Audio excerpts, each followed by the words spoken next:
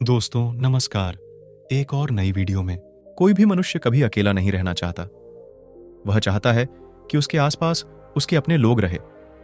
लेकिन कई बार परिस्थितियों के कारण जब मनुष्य को अकेले रहना पड़ता है तब वह इसे बहुत बड़ा दुख और बोझ मानकर चलते हैं। अकेलापन सामान्य मनुष्य के लिए भले ही दुख का कारण हो सकती है, लेकिन विशेष गुणों वाले व्यक्ति अकेलेपन को कभी बोझ नहीं मानते, बल्कि वह इसे अवसर के रूप में देखते यसी हैं। क्योंकि अकेले रहने से मनुष्य को बहुत अधिक ताकत है और उसका मस्तिष्क भी ज्ञान के गुणों से परिपूर्ण होता है। आइए इस कहानी के माध्यम से समझते हैं कि गौतम बुद्ध ने किस प्रकार से अकेलेपन से दुखी एक व्यक्ति को अकेलेपन की ताकत का अनुभव कराया। दोस्तों, गौतम बुद्ध की शिक्षा हर किसी के जीवन को नई दिशा दे सकती है। अगर आप भी इसे मानते हैं तो कमेंट्स में नमो बुद्धाय लिखना मत भूलिए। चलिए अब कहानी शुरू करते हैं। एक समय की बात है। गौतम बुद्ध भ्रमण करते हुए एक नगर में जा पहुंचे। नगरवासियों ने उनका खूब स्वागत किया। गौतम बुद्ध के आराम के लिए नगर के सबसे सुंदर घर को सजा दिया गया। सभी लोग बुद्ध की सेवा के लिए तत्पर थे, किंतु बुद्ध ने नगर के भीतर जाने से मना कर दिया और कहा कि वह नगर के बाहर वृक्ष के नीचे ही आराम करेंगे, क्योंकि वह थोड़े समय के और कहा कि वह नगर के बाहर वृक्ष के नीचे और ही आराम करेंगे, क्योंकि वह थोड़े समय के लिए अकेले रहना चाहते हैं। बुद्ध की आज्ञा मानकर सभी नगरवासी चले गए। नगरवासियों के जाने के बाद बुद्ध ने अपनी आंखें बंद कीं और ध्यान की अवस्था में जाने लगे। तभी उन्हें किसी के रोने की आवाज सुनाई दी। बुद्ध ने तुरंत अपनी आंखें खोलीं और इधर उधर देखा तो पाया कि एक व्यक्ति उनसे थोड़ी दूर पर बैठा हुआ है और वह चिल्ला चिल्ला कर रो रहा है। बुद्ध तुरंत ही उसके पास पहुंच गए।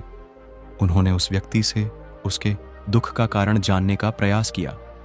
उस व्यक्ति ने बताया कि बचपन में ही उसके माता पिता का देहांत हो गया था। इस कारण वह अकेले भिक्षा इत्यादि मांगकर अपना भरण पोषण करता था।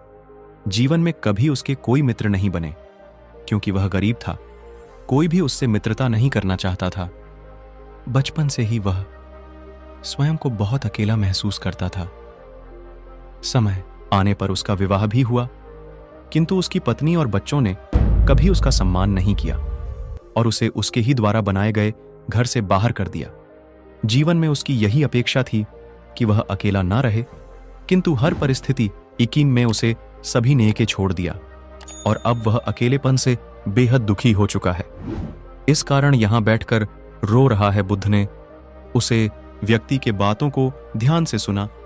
उसे गौतम बुद्ध बोले, क्या जब तुम समझाते हुए पैदा हुए थे तब तुम्हारे साथ कोई था? उस व्यक्ति ने ना में उत्तर दिया।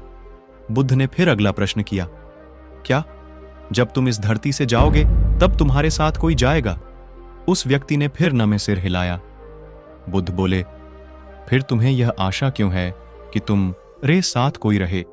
वह व्यक्ति बड़े ही भाग्यशाली होते हैं जिन्हें अकेले रहने का सुख प्राप्त होता है। बड़े बड़े महात्माओं ने सिद्धियां प्राप्त की, ज्ञान प्राप्त किए, लेकिन इस प्राप्ति का मार्ग अकेलेपन से होकर जाता है। सबसे पहले उन्होंने अकेलेपन का मार्ग चुना और तभी जाकर उन्हें ज्ञान मिला। मैंने स्वयं भी अकेलेपन का मार्ग चुना। तभी उस व्यक्ति ने सवाल किया, क्या आपको अकेले डर नहीं लगता? बुद्ध मुस्कुराए और बोले, डर किस बात का? मैं यहां पर अकेला नहीं था, मैं स्वयं के साथ था। व्यक्ति उसने दूसरा प्रश्न किया कि क्या हम अकेले रहकर जीवन बिता सकते हैं? बुद्ध ने कहा कि एक बालक जब छोटा होता है तो उसे मां की आवश्यकता होती है, पिता की आवश्यकता होती है, किंतु कुछ ही समय में जब वह बालक बड़ा हो जाता है तो उसकी आत्मनिर्भरता स्वयं के ऊपर आ जाती है।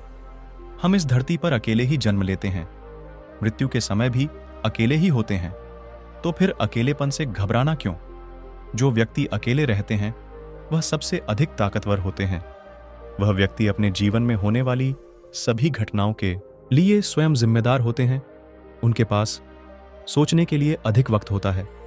एक अकेला व्यक्ति संसार को उत्तम दृष्टिकोण से पूर्ण देखता है और समाज में बदलाव लाने का प्रयास करता है। जीवन में यदि सफल होना है तो समूह का त्याग करके सबसे अधिक समय स्वयं को देना चाहिए। कोई व्यक्ति जब अपने लिए एकांत चुनता है, वह अपने सभी कार्यों को बहुत ही सही दृष्टिकोण से देख पाता है और स्वयं की आदतों में सुधार कर पाता है। जब हम समूह में होते हैं तो हम दूसरे के जीवन और दूसरों की बातों पर अधिक ध्यान देते हैं। इससे हमारा स्वयं का विकास प्रभावित होता है। हमारे अंदर क्रोध और ईर्ष्या की भावना आ जाती है और जिनके अंदर यह नकारात्मक भावनाएं होती हैं, उनके अंदर सफल होने की संभावनाएं भी कम हो जाती हैं।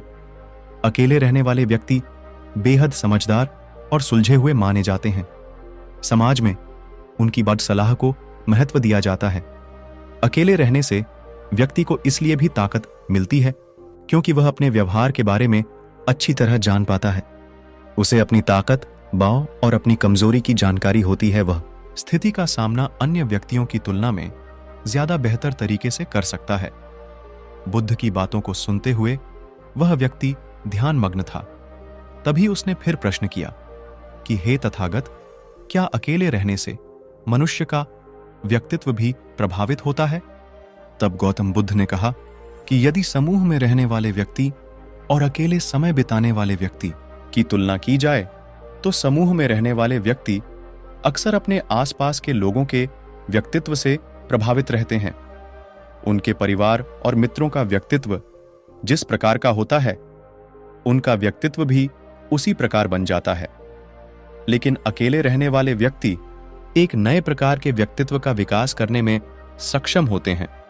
वह किसी के प्रभाव में नहीं आते, बल्कि स्वयं अपने जाप व्यक्तित्व का निर्माण करते हैं। इतिहास के बड़े बड़े कवि और कलाकार आमतौर पर अंतर्मुखी और अकेले रहने वाले व्यक्तियों में गिने जाते हैं, क्योंकि अकेले रहने से उनके अंदर सृजन करने की क्षमता बढ़ती है। जब अकेले समय बिताते हैं तो सृजन पर ध्यान केंद्रित कर पाते हैं। इसलिए जीवन में कभी भी अकेलेपन को नकारात्मक और दुख से नहीं जोड़ना चाहिए, बल्कि यह सोचना चाहिए कि ईश्वर ने यही सबसे सुनहरा अवसर दिया है जिसमें हम स्वयं के व्यक्तित्व की पहचान कर पाएंगे। एकांत रहने में अद्भुत शक्ति मिलती है। दोस्तों, उम्मीद करता हूं कि यह कहानी अच्छी लगी होगी। अपने परिवार और दोस्तों के साथ जरूर शेयर करें, लाइक और सब्सक्राइब करें। मिलते हैं एक और नई वीडियो में। तब तक के लिए दिल से धन्यवाद।